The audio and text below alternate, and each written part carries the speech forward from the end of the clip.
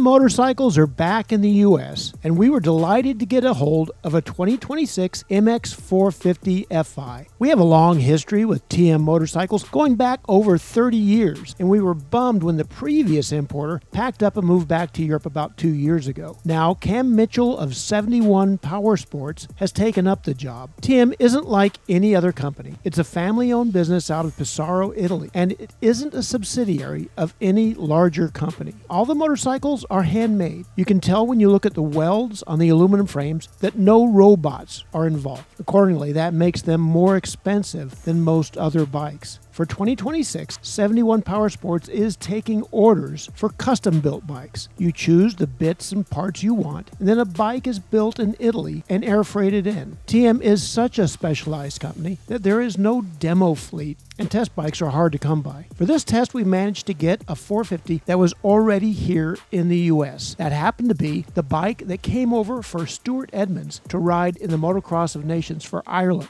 It is a course edition, which has a number of high-end parts, in addition to various non-production items that Edmonds brought with him from Ireland. Afterward, the bike went to Get Dirty Dirt Bikes, where Dave Turner replaced the suspension and all the bodywork and made it into something a real-world customer could order. The base price of the 450 is $12,199, and the course livery adds another $1,600. That includes upgrades to the brakes, fork clamps, and chain guide. Our bike came with Bridgestone tires. The 450 is already a fairly exotic motorcycle. It has the fuel tank located under the seat and the airbox on top, sort of like a Yamaha. The fork is a KYB, while the shock is made in-house by TM. The front brake is a Brembo, and the rear brake is a Nissan. The EFI system is made by a company called Emoticom. Our last TM 450 test was way back in 2013. That bike had the fuel tank in the traditional location, but it did have electric start and EFI. You can see that the current bike is an evolution of that one. TM isn't a company to throw away an entire motorcycle and start over every year.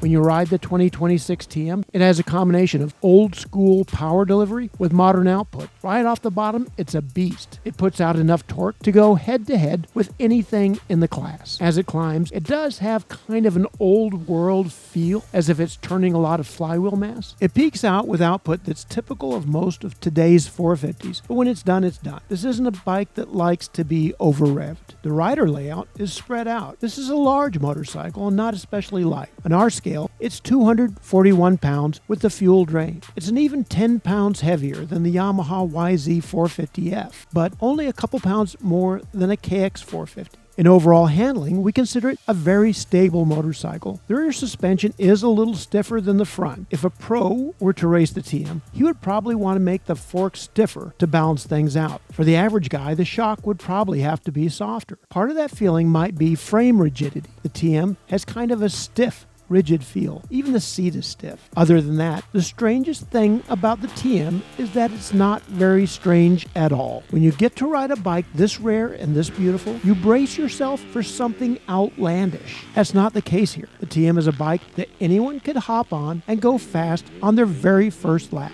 This isn't like the old days when Italian bikes like the Vertimati had weird shift patterns and whatever. The TM has moved along with the times, and it has modern ergonomics and handling traits. The brakes are strong, the clutch pull is light, and the bike feels incredibly mainstream. We know this isn't a bike for just anyone, and we don't expect to see wall-to-wall TMs anytime soon. But for those riders who don't want to be just another rider in the mob, it's perfect. We're just glad TM is back. For more on this and all kinds of mainstream bikes, as well as offbeat motorcycles, go to dirtbikemagazine.com and then check out our other videos, including the 2026 450 shootout, which included this TM 450. I'm Ron Lawson. Thanks for watching.